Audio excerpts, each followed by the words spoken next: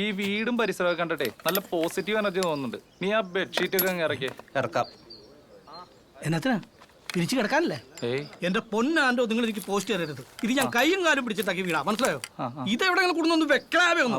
ഓ റോഷൻ ചേട്ടാ, ഞങ്ങളെ ശ്രദ്ധിച്ചോളാം. അങ്ങനെയാണ് നിങ്ങൾക്ക് കൊള്ളാം. ഇല്ലെങ്കിൽ അടുത്ത പടം തുറക്കുമ്പോൾ റോഷൻ ചേട്ടാ ഞങ്ങളില്ല എന്ന് പറഞ്ഞ് കരഞ്ഞിട്ട് കാര്യമില്ല, മനസ്സിലായോ? റോഷൻ ചേട്ടാ, പാക്കപ്പ് പാർട്ടി ഇവിടെയാണോ അതോ ഹോട്ടലിലാണോ? അല്ല, നമ്മുടെ പാക്കപ്പ് പാർട്ടി ഇവിടെയാണോ അതോ നമ്മുടെ ഹോട്ടലിലാണോ? നിന്റെ അമ്മായിയുടെ മോക്കടെ കല്യാണം കൂടെ ഇവിടെ വെച്ച് നടത്താം. ഇത് കാല് പിടിച്ച് കിട്ടിയ വീടത്, ഇവിടെ വെച്ചൊന്നും നടക്കില്ല കേട്ടോ, മനസ്സിലായോ? അതൊക്കെ ഹോട്ടലിൽ നോക്കാം. പോരാത്തന്നെ പെരട്ട കളവനും. ഡീസൽ അടിക്കണം. ആണ്ടെ അടുത്തവൻ. എടാ, നിന്നോട് മലയാളത്തിൽ കാല് പിടിച്ച് ഞാൻ പറഞ്ഞാലേടാ രാവിലെ വരുമ്പോ ഡീസൽ അടിച്ചോണ്ട് വന്നു. അതിലൊരു ത്രില്ലില്ല ഏട്ടാ. നമ്മൾ ഈ ലൊക്കേഷനിലൊക്കെ ഒന്ന് സെറ്റ് മൊത്തം നമുക്കൊണ്ട് ഒരു 5-10 മിനിറ്റ് വെയിറ്റ് ചെയ്താലല്ലേ നമുക്കൊരു എൻട്രി പഞ്ച് ഒക്കെ ഉണ്ടാവുള്ളൂ. നമ്മൾ സിനിമയ്ക്ക് വേണ്ടി ജീവിക്കണവരാന്ന്. എടാ സമ്മതിച്ചു. അതിന് നിങ്ങളുടെയൊക്കെ എൻട്രി മ്യൂസിക് എന്റെ നെഞ്ചത്തേക്ക് അടിക്കില്ലേന്ന്. ഡീസൽ വണ്ടിയിലുണ്ട് റോഷൻ ചേട്ടാ. ആരുടെ ആശ്വാസമുള്ള ഒരു വാക്ക് പറഞ്ഞേ? ആ നീയാ?